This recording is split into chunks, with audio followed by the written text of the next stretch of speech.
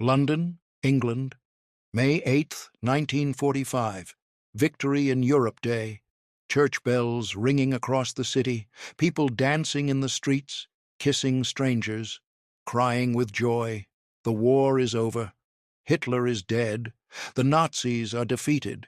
Everyone is celebrating except one woman sitting alone in an office at 64 Baker Street. Her name is Vera Atkins. She's 37 years old, intelligence officer, special operations executive. While the rest of Britain is getting drunk on victory, she's staring at a list of names. 39 names. 39 agents she personally recruited, trained, briefed, and sent into occupied France. 39 men and women who never came home. She doesn't know if they're dead or alive. She doesn't know if they were captured, tortured, executed, or if they're sitting in some prison camp waiting to be liberated. She doesn't know anything, and that's eating her alive. Because here's the thing you need to understand. Vera Atkins wasn't just some desk jockey pushing papers. She knew these people. She recruited them herself, looked them in the eyes and asked them to jump out of airplanes into Nazi-occupied territory with a cyanide pill sewn into their jacket and a cover story that wouldn't hold up under Gestapo interrogation. She was the last person they saw before they left England. The last friendly face, the last voice saying good luck. And now they're gone. So, while everyone else is celebrating, Vera makes a decision. She's going to find every single one of them, dead or alive. She's going to track down what happened to each agent, and if they were killed, she's going to find out who killed them, where they died, and how they died. And then she's going to hunt down every Nazi bastard responsible and make sure they hang. This is the story of a woman who sent spies to die and then spent years making the killers pay. A woman who walked through concentration camps counting bodies, who interrogated SS officers and made them confess, who tracked down war criminals when everyone else just wanted to forget and move on. They called her the spinster, the ice queen, Churchill's secret weapon. But the agents who served under her had a different name. They called her Mother. And when Mother's children didn't come home, she went to war all over again. But this time, the enemy wasn't Hitler's army. It was silence, bureaucracy, the desire to forgive and forget. Vera Atkins didn't forgive. She didn't forget. And she damn sure didn't stop until she found them all. Let me tell you something about Vera Atkins that the history books don't like to mention. She wasn't British, not really. She was born Vera Maria Rosenberg in Romania in 1908. Jewish family, wealthy. Her father owned timber mills. They had money, property, connections. But being Jewish in Eastern Europe in the early 1900s meant you were always one pogrom away from losing everything. So the family moved around. Romania, France, Switzerland. Vera grew up speaking 6 languages: German, French, Romanian, English, Polish, Russian. She could pass for a local anywhere in Europe. That skill would come in handy later. In 1933, when Hitler came to power, Vera saw the writing on the wall. She was 25 years old, living in Romania, watching the Nazis rise and realizing that being a wealthy Jewish woman in Europe was about to become very dangerous. So she left, moved to London, changed her name from Rosenberg to Atkins, buried her Jewish identity, started over. She got a job with an oil company. Nothing glamorous, just office work. But she was smart, organized, spoke multiple languages, the kind of person who gets noticed, and in 1940 someone noticed. His name was Morris Buckmaster. He was recruiting for a new organization called the Special Operations Executive, the S.O.E. Churchill's secret army. Their job was simple on paper, impossible in practice. Parachute agents into occupied Europe to sabotage, spy, and organize resistance movements, the kind of work that got you tortured and shot if you were caught.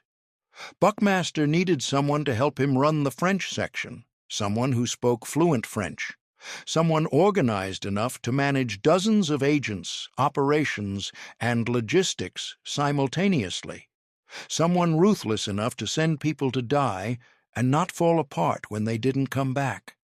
Vera Atkins walked into his office in 1941. By 1942, she was his right hand. She became the person who met with potential recruits, who assessed them, who decided if they had what it took to survive behind enemy lines. And here's what you need to understand about that job. Vera wasn't looking for James Bond. She wasn't looking for supermen who could shoot straight and seduce women. She was looking for people who could blend in, who could act, who could keep their mouths shut under pressure, and most importantly, who understood that if they got caught, they were going to die badly. Think about what that means for a second. You're sitting across from someone, maybe they're 22 years old, maybe they're a secretary or a teacher or a housewife, and you're asking them if they're willing to parachute into France, live under a false identity, organize sabotage operations, and probably get caught and tortured by the Gestapo. And you know the odds. You've seen the casualty rates. 1 in 4 agents sent to France don't come back. Some estimates say 1 in 3, but you can't tell them that. You can't say, hey, there's a 33% chance you die screaming in a Gestapo basement. You have to look them in the eyes and say, we need you, your country needs you, and hope they're brave enough or foolish enough to say yes. Vera did that interview hundreds of times. She got good at reading people. She could spot the ones who would crack under pressure, the ones who talked too much, the ones who thought it was all a game. She rejected them. The ones she approved, the ones she thought could actually survive, she sent to training. And then, if they made it through training, she briefed them personally before they left. She was the last person they saw in England. She'd go over their cover story one more time, make sure they had their pills, the L pills, lethal pills, cyanide, just in case. Then she'd wish them good luck, watch them get in the plane, and wonder if she'd ever see them again. Between 1942 and 1945, Vera Atkins helped send 470 agents into France. Most of them came back, but 39 didn't. And by May 1945, she still didn't know what happened to them. Now here's where the story gets personal. Because Vera knew these people. She didn't just process paperwork, she knew their names, their faces, their families. She knew which ones were married, which ones had kids, which ones were lying about their age or their background because they wanted to fight so badly. Let me tell you about a few of them. Noor Inayat Khan, Indian princess, literally.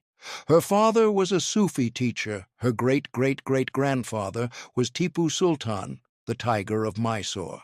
Noor grew up in Paris, studied music, wrote children's books, quiet, gentle, spiritual. The kind of person you'd never imagine as a spy. But when France fell, she fled to England and volunteered. Vera interviewed her. She had doubts. Noor was too gentle, too trusting. But she spoke perfect French, and they desperately needed radio operators. So Vera approved her, sent her to France in June 1943. Noor's mission was to be a wireless operator for the resistance in Paris. It was the most dangerous job in the SOE. The Gestapo had radio detection vans. If you transmitted for more than 20 minutes, they could triangulate your position. Noor knew that. She went anyway. She lasted 4 months. Then she was betrayed. The Gestapo arrested her in October 1943. They tortured her. She didn't talk. They sent her to Pforzheim prison in Germany, where they kept her in chains for 10 months. Then, in September 1944, they transferred her to Dachau concentration camp.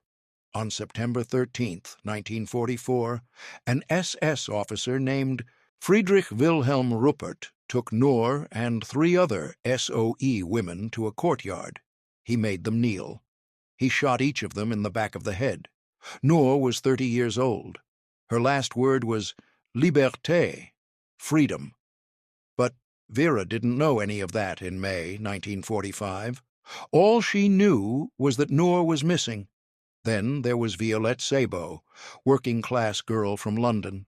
Her father was a taxi driver. Her mother was French.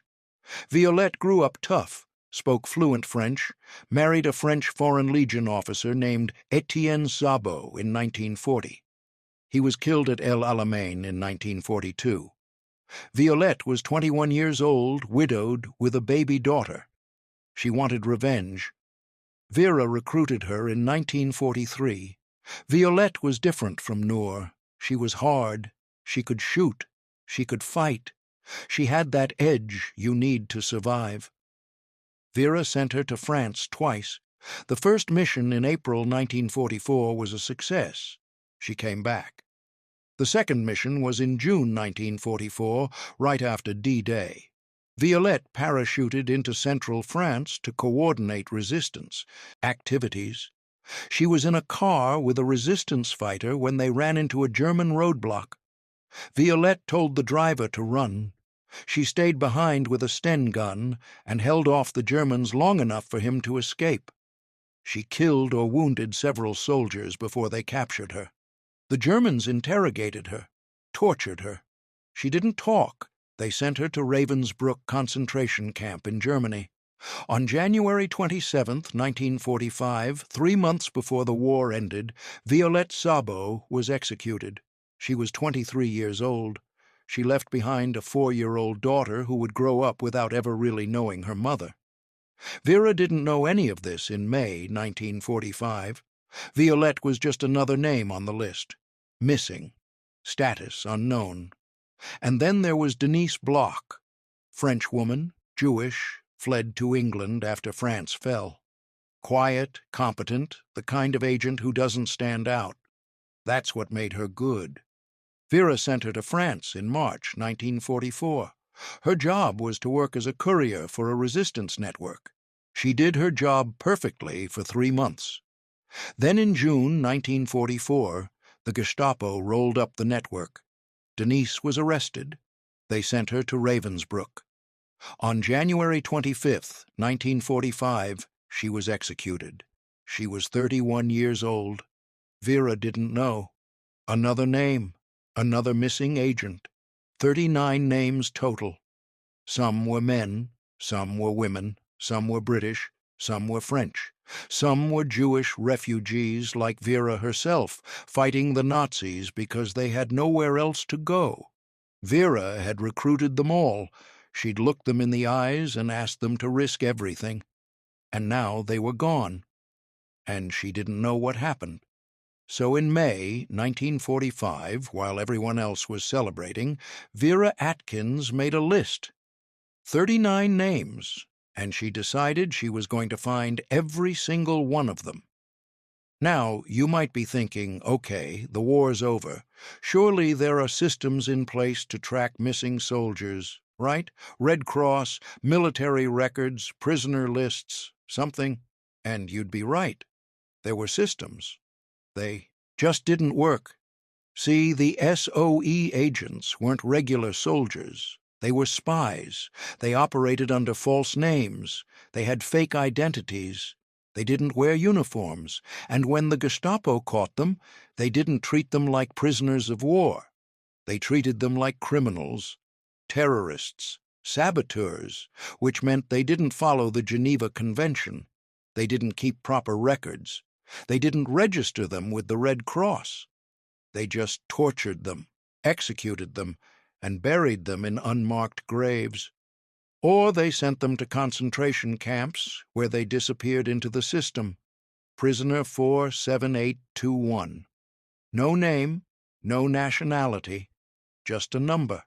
And when the camps were liberated, the survivors were so traumatized they could barely remember their own names, let alone the names of people they'd seen die. So finding out what happened to 39 missing agents in the chaos of post-war Europe was like trying to find 39 needles in a continent-sized haystack. Most people would have given up. Hell, Most people never would have tried, but Vera Atkins wasn't most people. She got herself assigned to the War Crimes Investigation Unit. Official title, Squadron Officer Atkins. Official job, investigate the fate of missing SOE personnel. What that really meant was she was going to Germany to dig through the rubble of the Third Reich until she found answers. You need to understand what Germany looked like in the summer of 1945. Destroyed. Absolutely destroyed. Cities were rubble. Infrastructure was gone. Millions of displaced people wandering around trying to get home. The Nazi government had collapsed. Records were scattered or destroyed.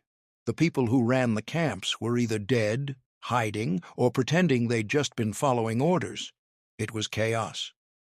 And into that chaos walked Vera Atkins with a list of 39 names and a determination that bordered on obsession. She started with the concentration camps: Ravensbrück, Bergen-Belsen, Dachau, Natzweiler. These were the camps where the Gestapo sent political prisoners and spies. If her agents had been captured, they probably ended up in one of these places. So Vera went there. She walked through the camps, looked at the barracks, saw the crematoriums, talked to survivors, showed them photographs. Have you seen this woman? Do you recognize this name? Most of the time the answer was no. Or, I don't remember. Or maybe, I think I saw someone like that, but I'm not sure. But every once in a while she'd get a lead. A survivor would say, yes, I remember her. She was in Block 7. We called her Denise. She was shot in January, and Vera would write it down. One name off the list, but not enough. She needed details. She needed proof. She needed to know exactly what happened. So she started interrogating Nazis, SS officers who'd been captured, camp guards waiting for trial, Gestapo agents who thought if they cooperated, maybe they wouldn't hang. Vera sat across from these men and asked them questions. Do you remember a woman named Noor Inayat Khan? Do you remember executing prisoners in September 1944? Do you remember what they looked like, what they said? And some of them did remember. Some of them talked. Let me paint you a picture of what these interrogations were like. Imagine you're an SS officer. You spent the war running a concentration camp, torturing prisoners, executing people. You thought you were on the winning side. You thought you were building the 1,000-year Reich. Then Germany lost. Now you're in a cell waiting for trial. You know you're probably going to hang. And then this woman walks in, Vera Atkins. She's not a soldier. She's not even wearing a uniform most of the time. She's just this middle-aged woman in a dress and pearls who sits down across from you and starts asking questions in perfect German. She's polite. She's calm. She offers you a cigarette. She doesn't threaten you. She doesn't yell. She just asks questions. And somehow that's more terrifying than any interrogation you've ever conducted. Because she knows. You can see it in her eyes. She knows what you did. She knows you're lying. And she's going to sit here asking questions until you tell her the truth. So you talk. You tell her about the women you executed. You describe how they died. You give her names, dates, details. Because what else are you going to do? You're going to hang anyway. Might as well get it over with. That's how Vera operated. She wasn't brutal. She didn't torture anyone. She didn't need to. She just needed to be patient, relentless, and smarter than the people she was interrogating. And she was. In June 1945, Vera interrogated a man named Hans Kieffer. He'd been the head of the Gestapo's counter-espionage section in Paris. He was directly responsible for capturing and interrogating dozens of SOE agents. Vera sat down with him and started going through her list. Noor Inayat Khan. Kieffer remembered her. The Indian girl. He'd interrogated her himself. She wouldn't talk. Wouldn't give up a single name. He'd sent her to Germany. Vera asked where. Kieffer didn't know. He'd lost track of her after that, but he gave Vera other names, other agents he'd captured, other places they'd been sent. Let me tell you what it was like in that interrogation room. Kieffer sitting across from Vera, knowing he was going to hang. He'd been one of the most feared men in Paris during the occupation. He'd run the counter-espionage operation that had rolled up dozens of resistance networks. He'd personally interrogated Allied agents, tortured them, sent them to their deaths. And now here he was, in a small room in Germany, being questioned by a British woman who spoke German better than most Germans. Vera didn't raise her voice. She didn't threaten. She just asked questions, methodical, precise. She had files. She had photographs. She had testimony from survivors. She knew more than Kieffer thought she knew. And that scared him, because if she already knew this much, what else did she know? What other crimes could she pin on him? So he talked. He gave her names. Joseph Gutz, the Gestapo officer who'd run the interrogation center at 84 Avenue Foch. Hans Kieffer gave Vera the organizational chart. Who reported to whom? Who was responsible for what? Who had the power to execute prisoners, and who just followed orders? Vera wrote it all down. Every name, every detail, every piece of evidence that could be used in war crimes, trials later. Then she asked about specific agents. What about the woman called Madeline? That was Noor's code name. Kieffer's face changed. He remembered her. How could he forget? She'd been the most stubborn prisoner he'd ever interrogated. Beautiful girl, educated, spoke perfect French. But she wouldn't break. They'd tried everything, isolation, threats, physical abuse. She just kept saying the same thing over and over. I have nothing to tell you. Kieffer had finally given up and sent her to Germany. Where in Germany? Vera asked. Kieffer thought it was Karlsruhe. Pforzheim prison. That's where they sent the difficult cases. Vera made a note. Pforzheim prison. She'd go there next. Each conversation was another piece of the puzzle, another thread to follow. Vera would interview one Nazi, get a name, track down that person, interview them, get another name, and keep going. She traveled across occupied Germany in the summer and fall of 1945, driving on roads still pockmarked with bomb craters. Through cities that were 70, 80, 90% destroyed. She'd show up at prisoner-of-war camps, at makeshift jails, at hospitals where wounded SS officers were recovering, and she'd ask to see specific people. The guards would bring them, and Vera would start asking questions. Sometimes the interrogations lasted hours, sometimes days. She'd come back again and again until she got what she needed.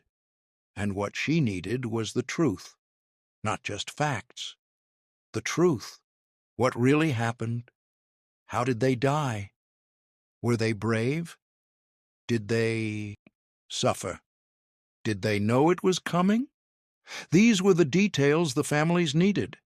Not just your daughter was executed, but your daughter stood up to the Gestapo for 4 months and never gave up a single name. Your daughter's last words were about freedom. Your daughter saved lives by refusing to talk. That's what Vera was looking for. And she found it. One conversation at a time. It was detective work. Brutal, exhausting detective work. And she did it for months, then years. By the end of 1945, she'd accounted for about half the missing agents. She knew they were dead. She knew where they died. She knew who killed them. But she didn't stop. There were still 19 names on her list. 19 people whose families didn't know what happened to them. 19 agents who deserved to be found. So she kept going. Let me tell you about one case that shows you how far Vera was willing to go.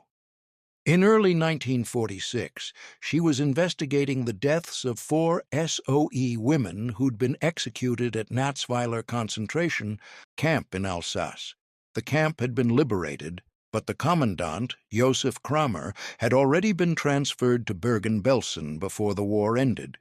He was arrested there and put on trial. Vera attended the trial. She listened to the testimony, and she heard something that made her blood run cold. A witness described how 4 women had been brought to Natzweiler in July 1944. They were British agents. They were taken to the crematorium. They were told they were getting typhus vaccinations. Instead, they were injected with phenol, poison. They died within minutes. Their bodies were burned immediately. No records, no graves, just ashes. Think about what that means. 4 women, British agents, brought to a concentration camp in Alsace, marched to a crematorium. They must have known something was wrong. You don't take someone to a crematorium for a vaccination. They must have been terrified. But according to the witness testimony, they didn't beg, didn't plead. They went to their deaths with dignity. And then they were murdered, not executed, murdered, because execution implies some kind of legal process. This was just murder, cold-blooded murder disguised as medical procedure, and then their bodies were burned to erase any evidence they'd ever existed. That's what the Nazis did to captured SOE agents. They made them disappear, no graves, no records, no way for their families to ever know what happened. But Vera was going to make sure they didn't stay disappeared. She needed to know if these 4 women were her agents. She needed names. So she tracked down the SS doctor who'd given the injections. His name was Werner Rode. He'd fled after the war, but Vera found him hiding in Hamburg using a false identity. Think about that for a second. Hamburg was in ruins, millions of displaced people, chaos everywhere. And Vera tracked down one specific man who was using a fake name and hiding in a city of rubble. How did she do it? Detective work. She interviewed people who'd worked at Natzweiler, guards, administrators, prisoners who'd survived.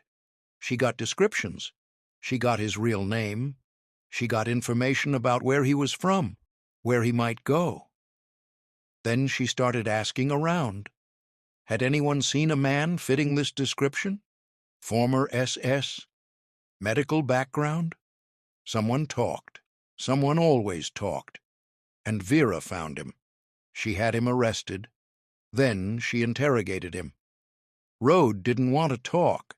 He claimed he didn't remember. He was just following orders. He didn't know the women's names. Vera didn't believe him. She knew he was lying. So she kept pushing. Day after day, she'd come back to that cell and ask the same questions. Tell me about the women you killed at Natzweiler. What did they look like? What did they say? What were their last words? Rode would say he didn't remember. Vera would show him photographs. Is this one of them? What about this one? She brought in witnesses, camp survivors who'd seen the women arrive, who'd heard about what happened. They'd describe what they saw. 4 women getting off a truck, British. You could tell by the way they carried themselves. They were brought to the crematorium, then screaming, then silence, then smoke. Rode would sit there listening, getting more and more uncomfortable. Because he did remember. Of course he remembered. You don't forget murdering 4 women, and eventually Rode broke. He admitted he'd killed 4 women at Natzweiler in July 1944. He described them. One was about 30, dark hair, spoke French, very composed. She looked him in the eye when he gave her the injection. Didn't flinch. One was younger, blonde, very brave. She asked him if he was a doctor. He said yes. She said doctors are supposed to save lives, not take them. One was small, quiet, didn't say much, just closed her eyes and prayed. One was older, dignified, didn't cry. She thanked him. Can you imagine? About to be murdered, and she thanked the man holding the needle, because she knew it was coming, and she wanted to die with grace. Vera matched the descriptions to her missing agents: Andrei Borel, Vera Lee, Diana Rowden, Sonia Olshanesky. 4 women she'd recruited, 4 women she'd personally briefed before they left for France, 4 women whose faces she could still see clearly when she closed her eyes. And now she knew. They'd been murdered at Natzweiler in July 1944, injected with phenol, burned in the crematorium, erased. Except they weren't erased, because Vera had found them. She made sure Rode paid for it. He was tried, convicted, and executed in 1947. She attended his execution, watched him die. Some people might think that's revenge. Vera didn't see it that way. She saw it as justice. This man had murdered 4 innocent women. He deserved to hang, and she wanted to make sure he did. But that didn't bring the women back. It didn't erase what happened. All it did was give their families closure. And that's what Vera cared about. Not revenge. Closure. Now, here's something most people don't understand about what Vera did. She wasn't just tracking down what happened to the agents. She was fighting to make sure they were remembered. See, the SOE was a secret organization. Everything they did was classified. When agents died, their families weren't told what they'd been doing. They just got a telegram saying your daughter is missing in action. No details, no explanation. And after the war, the British government wanted to keep it that way. They didn't want to admit that they'd been running a secret spy network. They didn't want to talk about how many agents had died. They just wanted to move on. But Vera wouldn't let them. She fought for every single agent to be recognized. She pushed for medals, commendations, memorials. She made sure the families knew what their loved ones had done, how brave they'd been, how much they'd sacrificed, and sometimes that meant going against her own government. I'll give you an example. Noor Inayat Khan. After Vera confirmed that Noor had been executed at Dachau, she recommended her for a posthumous George Cross. That's the highest civilian award for bravery in Britain, the equivalent of the Medal of Honor. But the War Office didn't want to give it to her. Why? Because Noor had made mistakes. She'd kept her codes and messages in a notebook instead of memorizing them. When she was arrested, the Gestapo found the notebook. They used it to send false messages to London, which compromised other operations. So technically, Noor had failed. She'd broken the rules. She'd gotten other people killed. The bureaucrats wanted to sweep her under the rug. Vera said absolutely not. She argued that Noor had been tortured for 10 months and never gave up a single name. She'd been kept in chains and still refused to cooperate. Her last word was freedom. That's what mattered. Not the notebook, not the mistakes, the courage. Eventually, Vera won. Noor was awarded the George Cross in 1949, but it took 4 years of fighting, 4 years of Vera refusing to let Noor be forgotten. She did the same thing for Violette Szabo, fought to get her a George Cross, succeeded. Same for Odette Sansom, another SOE agent who'd been captured and tortured but survived. Vera made sure every single agent who died was honored. Streets were named after them. Memorials were built. Their names were inscribed in stone. Because Vera understood something that the bureaucrats didn't. These people had volunteered to die in the dark. They'd given everything, and most people would never know what they'd done. Somebody had to make sure they were remembered. Somebody had to say their names. And if the government wouldn't do it, Vera would. That's who she was. Not just an intelligence officer, not just a spy handler. A woman who believed that if you send someone to die, the least you can do is make sure they're not forgotten. And she spent the rest of her life making sure that happened. By 1947, Vera had accounted for all 39 missing agents. She knew what happened to every single one, where they died, how they died, who killed them. She'd tracked down the Nazis responsible and made sure they faced justice. Some were executed, some got life in prison, some got away, but not many. Vera had done what she set out to do. She'd found them all. So what did she do next? She went back to work. The SOE was disbanded in 1946, but Vera stayed in intelligence.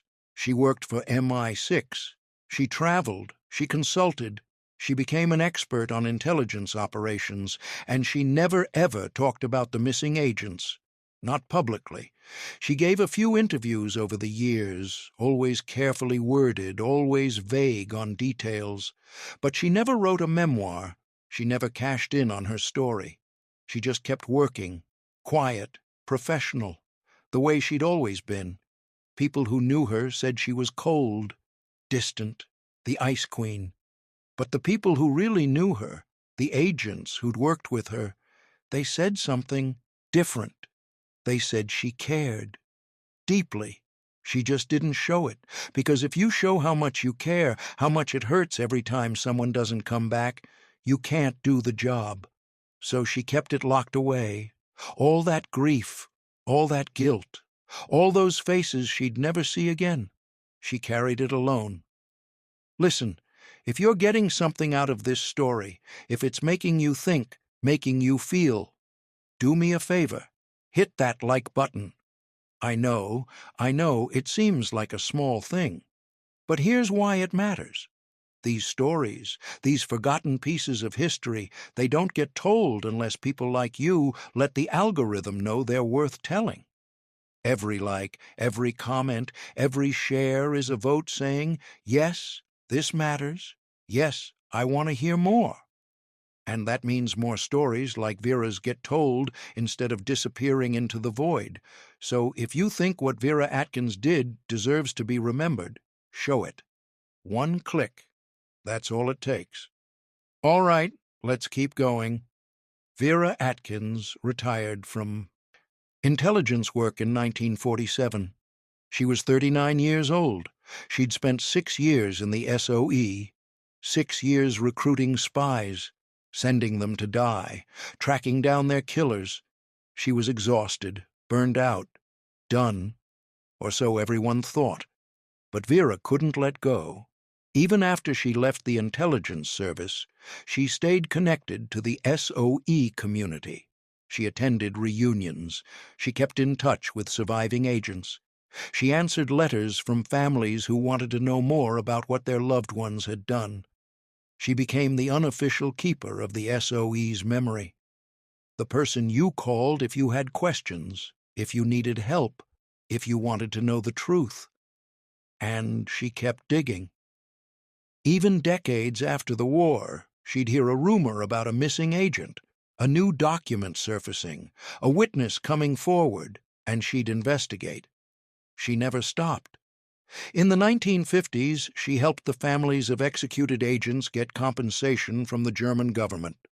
In the 1960s, she consulted on books and documentaries about the SOE.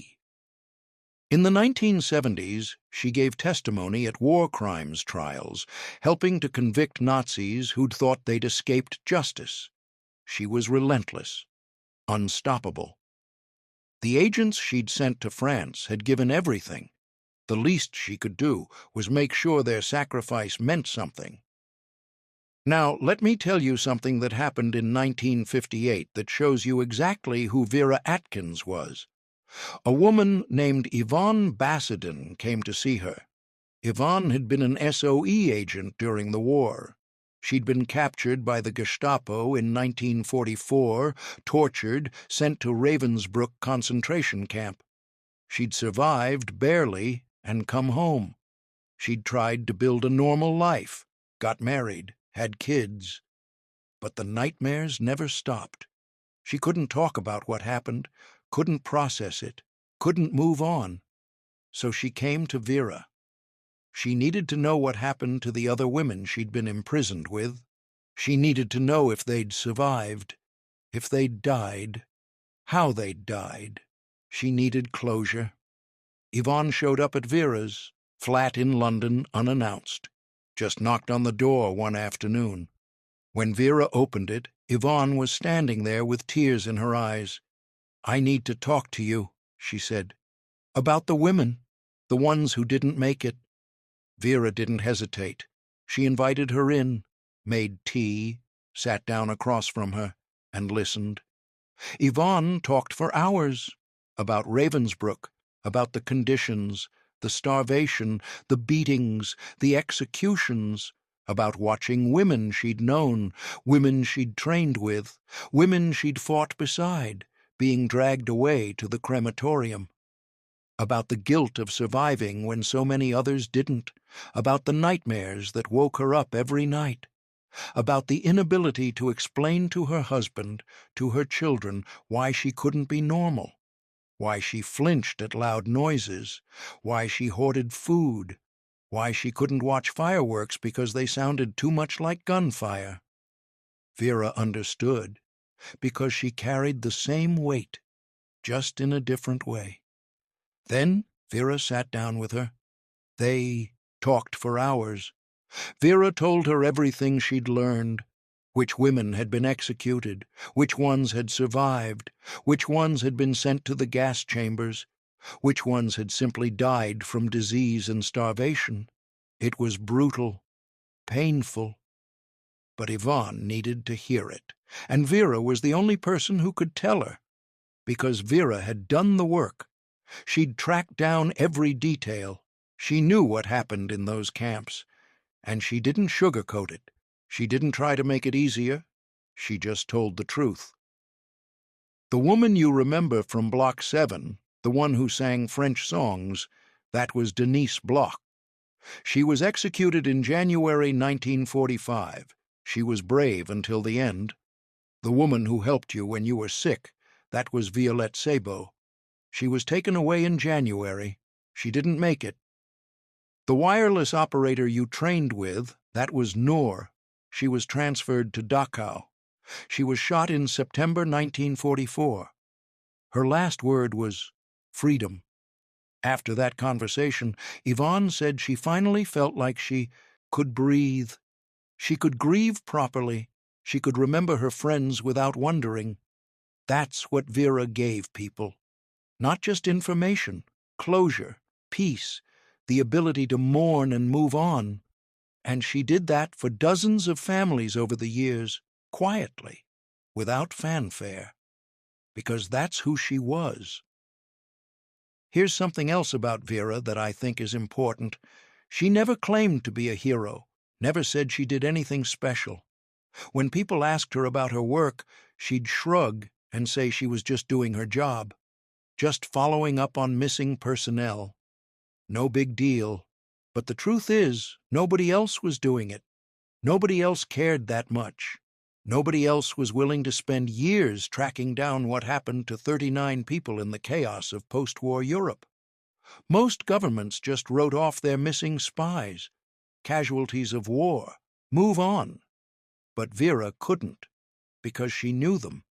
She'd looked them in the eyes and sent them to die. And she felt responsible. Not guilty. Responsible. There's a difference. Guilt is when you think you did something wrong. Responsibility is when you know you did what you had to do, but you still owe something to the people who paid the price.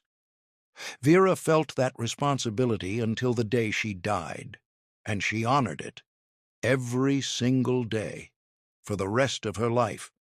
Now let's talk about the cost. Because this work, this obsession with finding the missing agents, it cost Vera everything. She never married, never had kids, never had a normal life.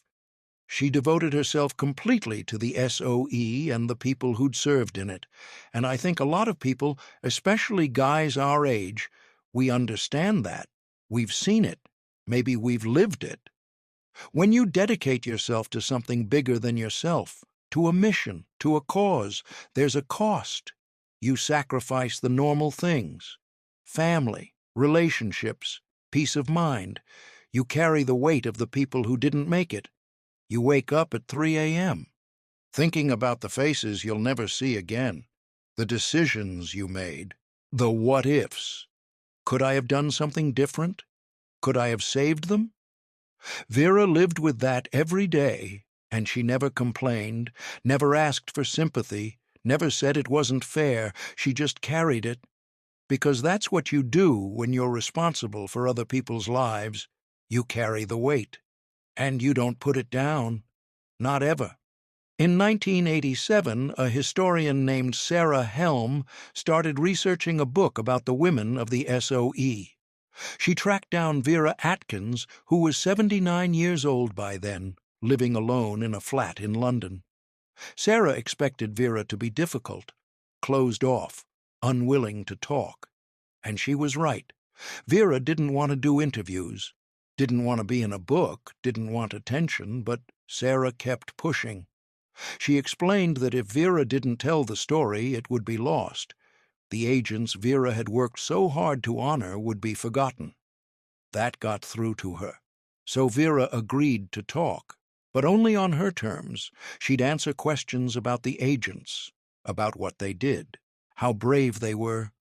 But she wouldn't talk about herself, wouldn't take credit, wouldn't claim she did anything special. Every time Sarah tried to ask about Vera's role, Vera would deflect. It's not about me, it's about them. Tell their stories. They're the ones who mattered. And that's how the book got written. A Life in Secrets, it was called. Published in 2005. It's the definitive account of Vera Atkins and the SOE women. But it's not really about Vera. It's about the agents, the way Vera wanted it. Because even at 79 years old, even after everyone else had moved on, Vera was still protecting them, still making sure they were remembered, still doing her job. You know what strikes me about this whole story? It's not the spy stuff. It's not the war crimes investigations. It's the loyalty. Vera Atkins was loyal to people who couldn't repay her, people who were dead, people who'd never know what she did for them. She spent decades making sure they were honored, remembered, recognized, and she got almost nothing in return. No medals, no recognition, no glory. She was just a footnote in history, the woman who ran the office, the bureaucrat. But the agents knew, the families knew. The people who mattered knew what she'd done. And I think that's a lesson worth remembering. Loyalty isn't about getting credit. It's not about recognition or reward. It's about doing what's right for the people who depend on you, even when they can't thank you for it, even when nobody's watching, even when it costs you everything. Vera Atkins understood that better than anyone. All right, real quick. If you're still with me, if you're invested in this story, I need you to do something. Subscribe to this channel. Here's why. I'm not asking you to buy anything. I'm not trying to sell you a course or a product. I'm just trying to keep these stories alive. Stories like Vera's. Stories about ordinary people who did extraordinary things. Stories that don't get told anywhere else. But here's the thing. YouTube doesn't care about history. It cares about numbers, subscribers, views, engagement. If this channel doesn't grow, these stories don't get told. They disappear. So, if you think Vera Atkins deserves to be remembered, if you think the agents she fought for deserve to be honored, hit that subscribe button. It's free. It takes 2 seconds, and it means more stories like this get made. That's it. That's all I'm asking. Now let's finish this. Vera Atkins lived to be 92 years old. She died on June 24, 2000, in a nursing home in Sussex. She'd been suffering from Parkinson's disease for years. Her mind was still sharp, but her body was failing.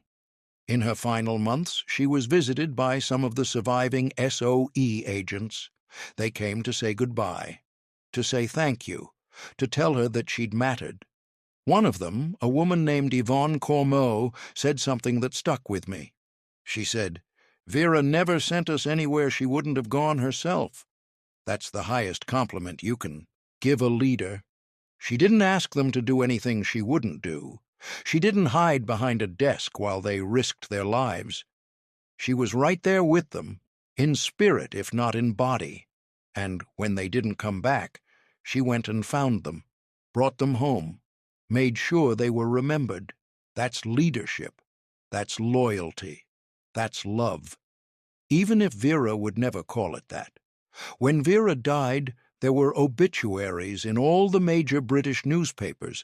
They called her a hero, a legend, Churchill's secret weapon, the woman who won the Shadow War. But the most touching tribute came from the families of the agents she'd tracked down. They wrote letters, they sent flowers, they said thank you for finding our mothers, our sisters, our daughters. Thank you for not giving up. Thank you for caring when nobody else did. That's Vera's legacy, not the medals or the titles, the gratitude of people who finally got answers, who finally got closure, who finally got to grieve properly because Vera Atkins refused to let their loved ones be forgotten. Now let me circle back to where we started. May 8th, 1945, Victory in Europe Day. Everyone celebrating except Vera, sitting alone in her office with a list of 39 names. You understand now why she couldn't celebrate? It wasn't because she didn't care about the victory. It was because the victory wasn't complete. Not for her. Not while 39 people were still missing. Not while their families still didn't know. Vera understood something that most people don't. Winning the war wasn't enough. You had to win the peace, too. And part of winning the peace was making sure the people who died for it were honored, remembered, not just as statistics, not just as casualties, but as individuals, human beings with names and faces and families who loved them. That's what Vera fought for, after the guns stopped firing, after the bombs stopped falling, after everyone else went home. Vera stayed in the fight, because her fight wasn't about killing Nazis. It was about honoring the dead, and that fight never ends. You don't get to retire from it. You don't get to say, I've done enough. You carry it until you can't carry it anymore. And even then, you keep going. Because the people you're fighting for can't fight for themselves. They need you, and you don't let them down. Vera Atkins never let anyone down. Not the agents she sent to France, not the families waiting for answers, not the memory of the 39 who never came home. She kept her promise. She found them all. There's a memorial in Valençay, France. It's dedicated to the 104 SOE agents who died in France during World War II. Their names are inscribed on a stone wall. Violette Szabo, Noor Inayat Khan, Denise Bloch, André Borel, Vera Lay, Diana Roden, all of them. 104 names. Vera Atkins attended the dedication ceremony in 1991. She was 83 years old. She stood in front of that wall and looked at the names. Every single one of them she'd recruited or briefed or helped in some way. Every single one of them she'd tracked down after the war, found out what happened, made sure they were honored, and now here they were, together, remembered. A French official gave a speech. He talked about the bravery of the SOE agents, how they'd helped liberate France, how they'd sacrificed everything. Then he pointed to Vera and said, "And this woman made sure we never forgot them." Vera didn't say anything. She just stood there, looking at the names. And if you'd been paying attention, you might have seen tears in her eyes. But only for a moment. Then she straightened up, composed herself, and walked away. Because that's who Vera Atkins was. She didn't do this for recognition. She didn't do it for gratitude. She did it because it was right. Because those 104 people deserved to be remembered. And if she didn't make sure it happened, who would? Here's what I want you to take away from this story. Vera Atkins wasn't a superhero. She didn't have special powers. She didn't single-handedly win the war. What she did was simple. She cared. She cared enough to spend years tracking down missing agents. She cared enough to interrogate Nazis and walk through concentration camps and fight bureaucrats and demand answers. She cared enough to make sure that 39 people out of millions who died in the war were not forgotten. And that's something any of us can do. We can care. We can remember. We can honor the people who came before us, the people who sacrificed, the people who gave everything so we could have what we have. Think about the world Vera grew up in. Early 1900s Eastern Europe, Jewish families living with constant uncertainty. Then the rise of fascism, the spread of Nazi ideology, the invasion of Poland, the occupation of France, the systematic murder of millions. Vera saw it all coming. She escaped. But she couldn't escape the knowledge that her people, her background, her heritage was being targeted for extermination. So she changed her name, hid who she was, and used her privilege, her education, her language skills to fight back. Not with a gun, not on a battlefield, but in an office in London, recruiting people, training them, sending them to fight, and when they didn't come back, going after the people who killed them. That's a different kind of war, a quieter war, but just as important. You know, I think a lot of guys our age, we understand sacrifice. We've seen friends go off to war and not come back the same, or not come back at all. We've seen what it does to families, the empty chair at Thanksgiving, the unopened Christmas presents, the photographs that never get updated, and we've seen how some people deal with it by moving on, by forgetting, by saying it was a long time ago, why dwell on it? But there are others who can't do that, who won't do that, who make it their mission to remember, to honor, to make sure the sacrifice wasn't for nothing. Vera was one of those people, and I think we need more of them, not fewer, because if we forget, if we move on too quickly, if we let the sacrifices fade into history without honoring them, then what was it all for? It doesn't take special skills. It doesn't take power or money. It just takes the decision that some things matter more than convenience, more than comfort, more than moving on. Vera Atkins made that decision in May 1945, and she never wavered. For 55 years, until the day she died, she honored the memory of the people she'd sent to war. And because of her, we know their names, we know their stories, we know what they did. That's the power of one person who refuses to forget. One person who says, no, this matters, and I'm not letting it go. Vera was that person, and the world is better for it. Now let me tell you something that most people don't know. In 1995, Vera was awarded the Commandeur of the Légion d'honneur by the French government. That's one of the highest honors France can give. They gave it to her because of what she did after the war, finding the agents, tracking down the killers, making sure France remembered the people who died to liberate it. Vera was 87 years old when she received the award. She traveled to Paris for the ceremony. The French president himself presented the medal. He said, "France will never forget what you did for us." Vera accepted the medal. She gave a short speech. She didn't talk about herself. She talked about the agents. She said, "I only did what anyone would have done. I looked for my people, and when I found them, I made sure they came home. That's all." The French officials were stunned. Here was a woman who'd spent decades hunting war criminals, who'd brought justice to the families of 104 dead agents, who'd single-handedly preserved the memory of France's resistance, and she was saying it was nothing special, just doing her job. But that's exactly what made it special. Vera never sought glory.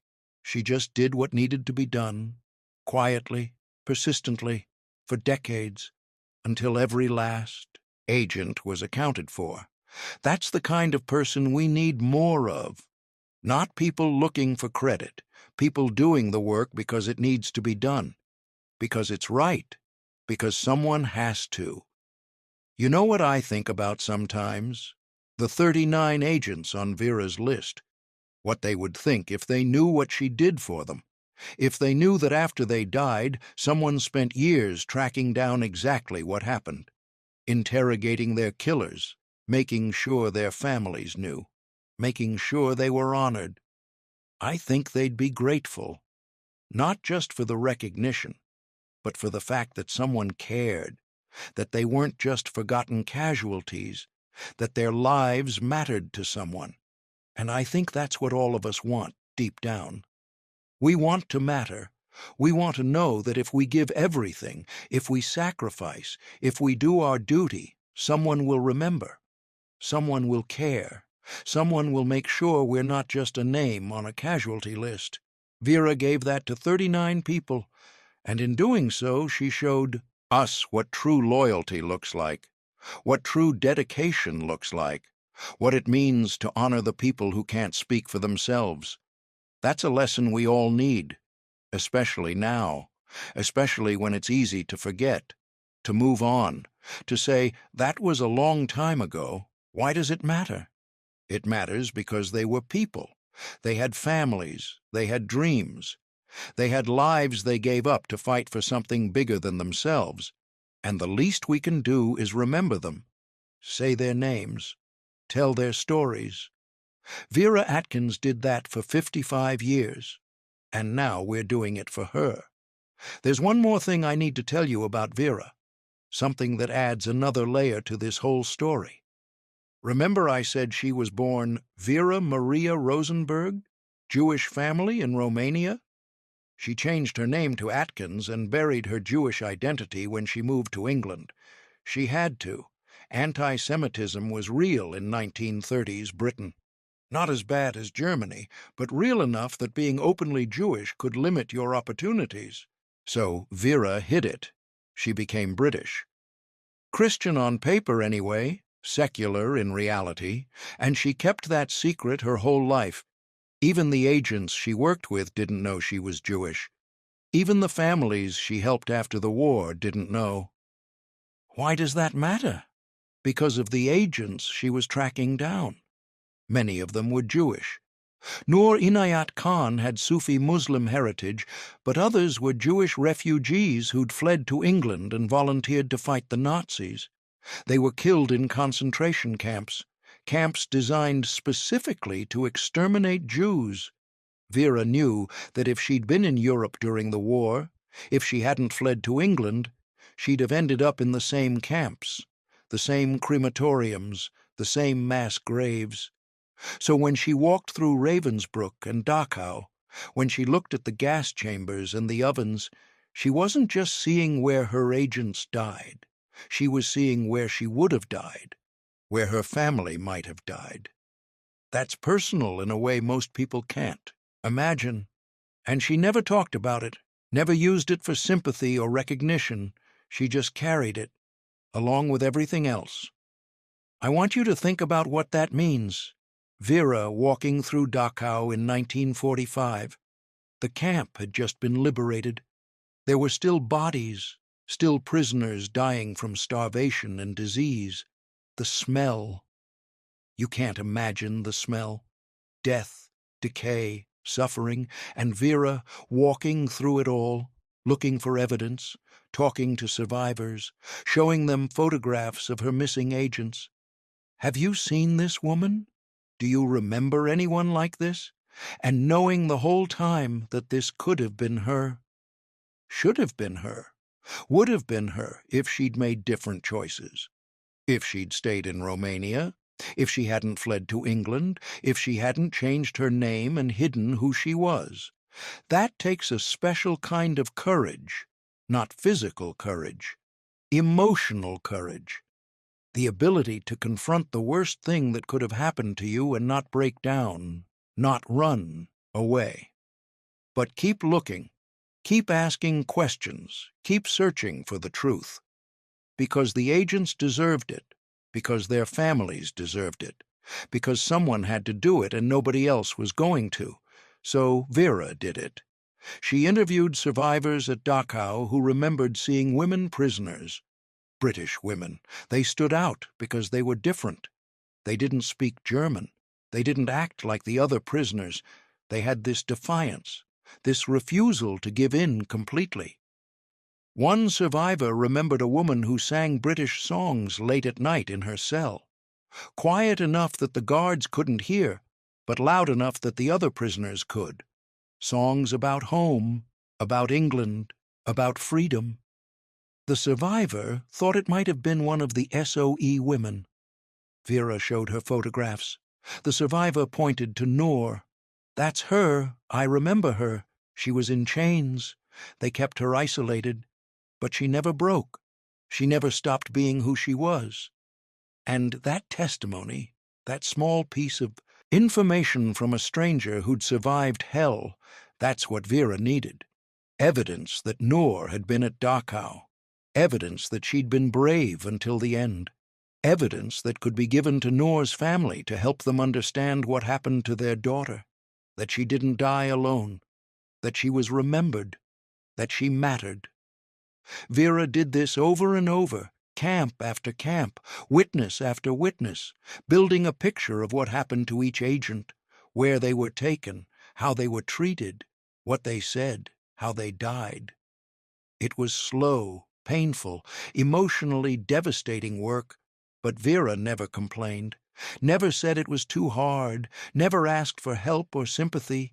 She just did it because it needed to be done. And she was the only one who cared enough to do it right. I'm telling you this because I think it explains why Vera was so relentless, why she couldn't let it go, why she spent decades tracking down every last detail. It wasn't just duty, it wasn't just loyalty, it was survival, not physical survival, emotional survival. She'd escaped the Holocaust by pure luck, geography, timing, but the people she sent to France hadn't. They'd walked right into it. They'd been swallowed by the same machine that was designed to kill her. And she couldn't save them. She couldn't stop it. All she could do was make sure they were remembered, make sure their deaths meant something, make sure the people who killed them paid for it. That was her way of fighting back. Her way of saying you didn't win. You killed them, but you didn't erase them. They're still here, their names, their stories, their sacrifice, and I'm going to make damn sure the world knows it. That's what drove Vera Atkins. Not just duty, not just professionalism, but a deep personal need to honor the dead and punish the guilty. And she succeeded, every single one of them. All right, we're coming to the end here, but before we finish, I need to ask you one more time. If this story moved you, if you think Vera Atkins deserves to be remembered, if you think the agents she fought for deserve to be honored, subscribe to this channel, leave a comment, share this video, tell people about Vera. Because here's the truth. History forgets. It forgets the people who did the work behind the scenes. It forgets the ones who didn't seek glory. It forgets the Veras of the world, the quiet, relentless people who made everything possible. And if we don't tell their stories, nobody will. So, do your part. Hit that subscribe button. Be part of keeping this history alive. For Vera, for the 39 agents she found, for everyone who gave everything and asked for nothing in return. That's all. Now let's finish this. Vera Atkins died on June 24th, 2000. She was cremated. There was no state funeral, no grand memorial, just a small service attended by family and a few surviving SOE veterans. The British government issued a brief statement acknowledging her service. The newspapers ran obituaries, and then the world moved on. But here's what didn't move on. The names on that memorial in Valence, the records Vera compiled, the testimonies she gathered, the justice she secured, the families she gave closure. That stuff is permanent. It's etched in stone, written in archives, passed down through generations. Vera made sure of it, And that's her real legacy, not awards or recognition, but the fact that 104 people who died in the dark are now remembered in the light. Their names are spoken, their stories are told, their sacrifice is honored, because one woman refused to let them be forgotten. One woman said, "No, they matter, and I'm going to prove it." And she did. For 55 years, until she had nothing left to give. That's a life well lived. Not because it was easy, not because it was rewarded, but because it was right. And Vera Atkins never backed down from doing what was right. Not once, not ever. So here's the final question. What do we do with a story like this? Do we just consume it and move on? Or do we let it change us? Do we let it remind us that loyalty matters? That remembering matters? That the people who came before us, the people who sacrificed, they deserve more than a footnote in history? I think we owe them more. I think we owe Vera more. We owe her the effort to remember, to tell her story, to make sure the next generation knows what she did. And we owe the 39 agents the same thing. Noor Inayat Khan, who died in chains saying freedom. Violette Szabo, who held off the Nazis so her partner could escape. Denise Bloch, who kept secrets until the end. All of them, every single one. They gave everything. The least we can do is remember. So say their names, tell their stories. And when someone asks why it matters, why we care about something that happened 80 years ago, you tell them this. It matters because they were people. They had families. They had dreams. They had lives they gave up to fight for something bigger than themselves. And one woman, Vera Atkins, made sure they weren't forgotten, made sure their deaths meant something, made sure the people who killed them paid. That's why it matters. That's why we remember. That's why this story needs to be told again and again until everyone knows the name Vera Atkins and everyone knows what she did for the 39th, for the 104th, for all of us. She sent 39 spies to die in France.